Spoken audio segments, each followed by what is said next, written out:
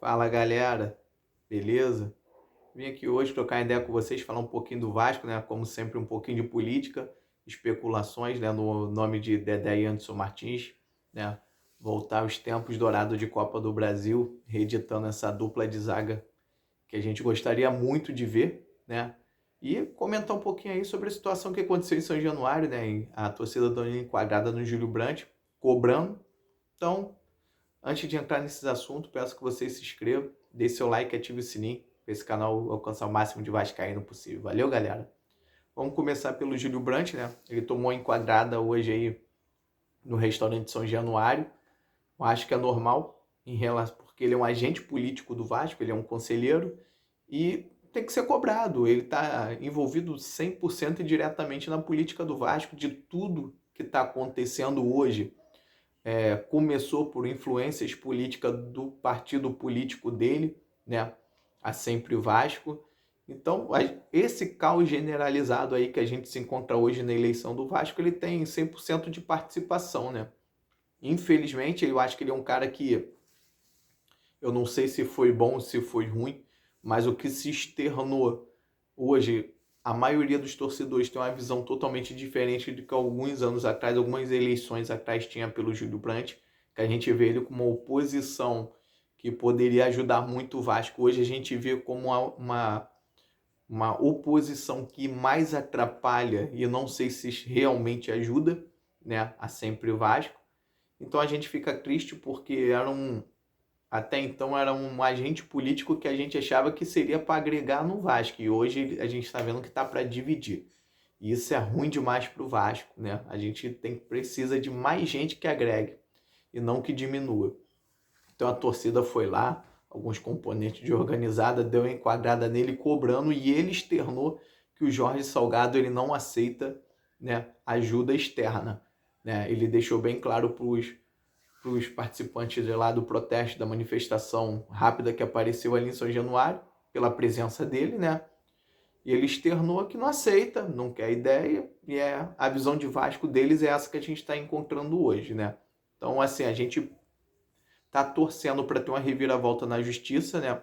Provavelmente, terça-feira que vem, a gente vai ter novas notícias, não uma certeza, mas provavelmente, terça que vem a gente vai ter um andamento novo no processo dos templários. Pelo que a gente está avaliando aí, tá vendo? Essa possibilidade de terceira eleição, não sei como poderia se encaixar, porque pelos advogados que eu vi em outros canais, né, nas lives, eles falaram que não abre esse precedente no pedido dos templários, e sim anulação da eleição do dia 14, consequentemente validando a do dia 7, que é a do Levenciano, né? Que eu acho que é a melhor situação, porque se houver uma terceira eleição, dificilmente o candidato que a gente quer que entre vai entrar.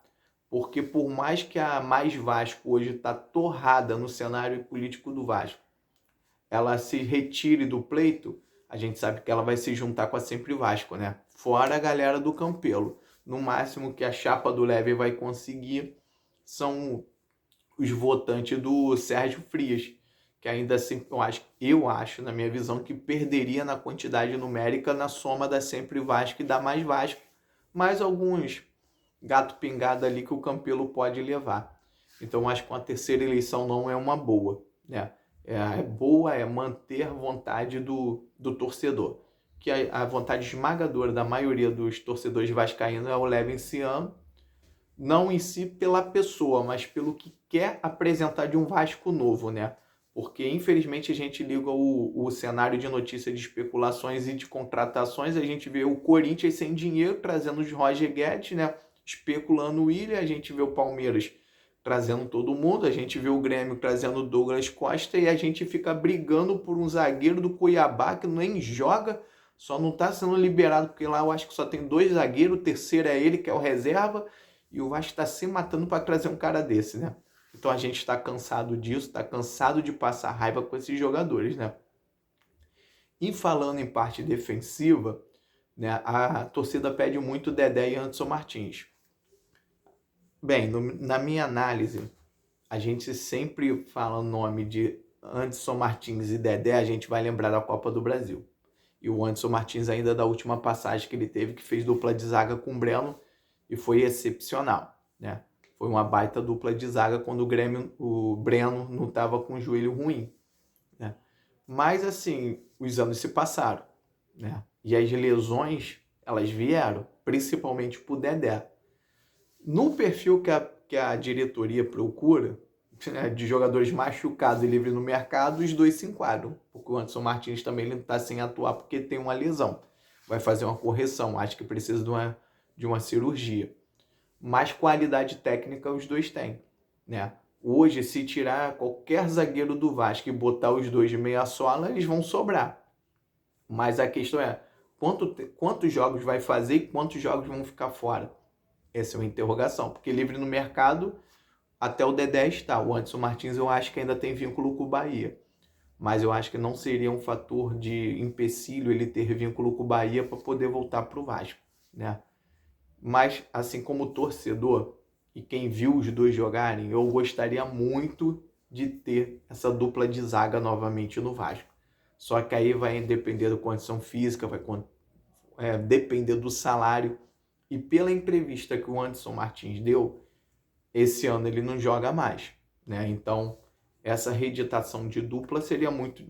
Não aconteceria, mesmo se contratasse os dois nesse momento, porque o Anderson Martins precisa dessa cirurgia, pelo que ele externou num canal vascaíno também, né? O Dedé já está mais próximo, né? Mas que Dedé vai vir?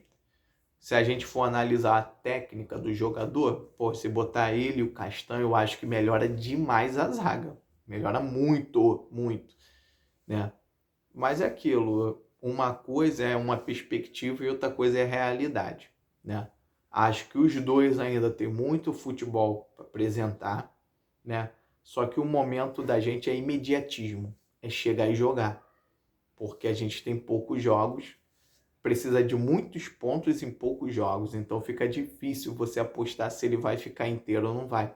Porque a gente apostou anos e anos no Breno, a gente esperou uma dupla de zaga que nunca aconteceu, que foi Breno e Castan. Infelizmente o Breno foi embora, né? Como tinha contrato, o Vasco gastou muito dinheiro com ele, ainda bota a gente na justiça, sabendo que a lesão dele já vem com ele desde o Bahia, né? E mesmo assim entra com ação na justiça contra o Vasco e é mais uma dívida que está embutida aí para o Vasco pagar. Então eu espero que esses jogadores voltem, né? Se um dia voltar para o Vasco, que volte inteiro. Na minha opinião, eles, com condições físicas, resolveriam o problema da dupla de zaga do Vasco. Com certeza eles resolveriam. Mas eu acho que ambos não são jogador para o momento do Vasco, pelo fato da lesão, gente. Então, infelizmente, para mim, é isso. Mas, pelo menos, se o Dedé tiver minimamente condições de entrar em campo e ele for contratado, entre ele e o cara do Cuiabá, eu acho que não tem nem o que pensar, né? Esse jogador do Cuiabá. Eu acho que simplesmente a gente tem que pegar a bota. O Dedé, é você e o Castan e vamos resolver o restante ali. Que a gente vai ficar, pelo menos os jogos, a gente vai ficar preocupado em dupla de zaga, né? Então é isso, galera. Peço que vocês, mais uma vez, que se inscreva, deixe seu like, ative o sininho. Tentar melhorar cada vez mais para trazer conteúdos melhores para vocês aqui no canal. Valeu?